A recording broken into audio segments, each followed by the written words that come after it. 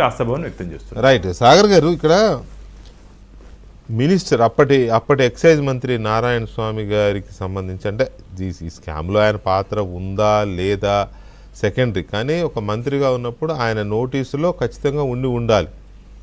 ఎందుకంటే మంత్రికి తెలియకుండా ఏ ఫైలు మూవ్ అవడానికి లేదు. మరి ఈయనని డార్క్లో పెట్టి చేశారా, భయపెట్టి చేశారా, లేకపోతే ఏదో రకరకాలుగా మాట్లాడుతూ ఉన్నారు. ఆయన విచారించారు, ఇంటికి వెళ్ళి సిట్ వాళ్ళు విచారించారు కదా, ఆ సందర్భంగా ఆయన ఫోను అవి స్వాధీనం చేసుకున్నారు. ఇవాళ కోర్టు పర్మిషన్ ఇచ్చింది ఆ ఫోన్ని ఎఫ్ఎస్ఎల్కి ఫోరెన్సిక్ ల్యాబ్స్కి పంపడానికి. అంటే ఆ ఫోన్లో ఏ రహస్యాలు ఉండే అవకాశం ఉంది?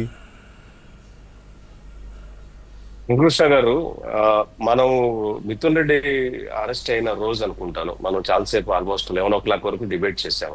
ఆ రోజు కూడా ఇదే ప్రస్తావన వచ్చింది, మంత్రి పాత్ర ఎంత ఇందులో అంటే. ఆ రోజు కూడా మీరు ఈ రోజు అయితే ఏ వర్షన్ మాట్లాడారో మీరు ఆ రోజు కూడా అదే వర్షన్ మాట్లాడారు. సో నేను అనుకోవటం, మంత్రి ఫోన్ లో ఒక రకమైనటువంటి అంటే పనికొచ్చే సమాచారం ఖచ్చితంగా దొరుకుతుంది అనుకుంటా. ఎందుకంటే ఆ ఫోరెన్సిక్ మనకి కేరళలో తిరువనంతపురంలో ఉందనుకుంటాను, అక్కడికి పంపిస్తారు. ఇప్పుడు వీళ్ళ ఫోన్లు కూడా ఆ వివేకానంద మర్డర్ కేసులో ఫోన్లు కూడా అన్ని అక్కడికే పంపించారు, తిరువనంతపురం పంపించారు. ఆ ఫోన్ కూడా అక్కడే పంపిస్తారు. ఒక కీలకం అనే చెప్పలేను కానీ పనికొచ్చేటటువంటి సమాచారం ఖచ్చితంగా దాంట్లో ఉండి తీరుతుంది కూడా. ఎందుకంటే he was the minister at the time. అంటే ఆయనకు ఫైల్ మూమెంటం కానీ కదిలిందా లేదా, ఏంటి ఈయన ప్రమేయం ఉందా లేదా, ఈయన ప్రమేయం ఎంతవరకు ఉంది లేకపోతే ఎంతవరకు లేదు, దీన్ని బైపాస్ ఎవరు చేశారు, ఎందుకు చేశారు, ఎట్లా చేశారు, కాల్ రికార్డ్స్ లేకపోతే ఆయనకైనా వాట్సాప్ డీటెయిల్స్, మెయిల్స్ ఇవన్నీ కూడా బయటపడతాయి. సో దాన్ని బట్టి ఎవరెవరు బ్యాక్గ్రౌండ్ లో దీన్ని మూమెంటం చేశారు, ఈయన పాత్ర ఎంత, ఈయనకి ఎంత దాంట్లో సంబంధం ఉందన్నది మనం ఒక అంచనాకు వచ్చి సిట్ కూడా ఒక అంచనాకు వచ్చే అవకాశం ఉంటుంది. ఇక్కడ పెద్ద అప్సాని గారు మాట్లాడినా, మీరు మాట్లాడినా, బాలన్న మాట్లాడినా ఏంటంటే లిక్విడ్ అమౌంట్ ను ఎందుకు తీసుకున్నారు? 96,000 కోట్ల ట్రాన్సాక్షన్స్ జరిగితే కేవలం 630 కోట్లు 640 కోట్లు కేవలం ఈ డిజిటల్ ట్రాన్సాక్షన్ జరిగింది. రెస్ట్ ఆఫ్ ది మనీ అంతా కూడా క్యాష్ లోనే జరిగింది. ఆ క్యాష్ అంతా కూడా జరిగింది కాబట్టే దీంట్లో స్కామ్ ఉందనేది ప్రైమా ఫేసీగా అందరూ రాష్ట్ర ప్రజలు అందరూ అనుకున్నటువంటి విషయం. సో అదే చివరికి నిజమైంది. అయితే ఈ రోజు ఏంటంటే వీళ్ళు, నేను విన్నదాని ప్రకారం అయితే వీళ్ళు ఎక్కడో యూకేలో ఒక బ్యాంకుకు తొందరలో రిజిస్ట్రేషన్ కి అప్లికేషన్ పెట్టారనో లేకపోతే ఆల్రెడీ పెట్టారనో. ఎంత అంటే మూలధనం వాల్యూ ఎంత అంటే 50,000 ఇండియన్ కరెన్సీ.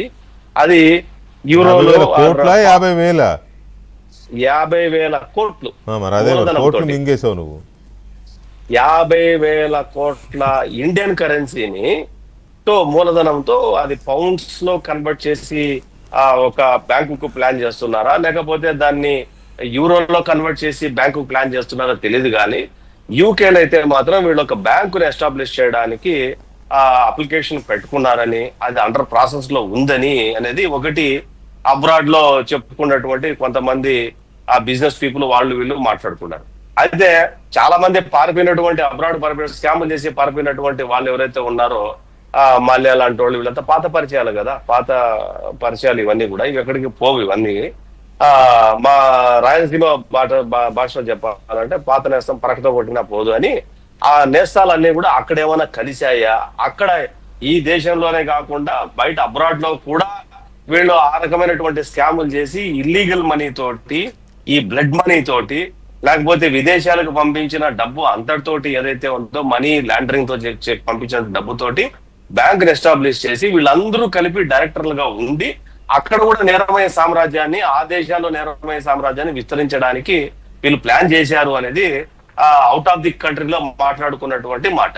అయితే ఇక్కడ మీరు మొదట్లో మాట్లాడినట్టు ఇక్కడ ఈ కేసులో చివరి దశకు వచ్చిందా, అరెస్ట్ అవుతారా అంటే ఇంకా అంటే నాకు తెలిసినంత వరకు ఇంకొక 2 months వరకు కూడా ఆ వ్యక్తికి నేను అదే ఐ మీన్ టు సే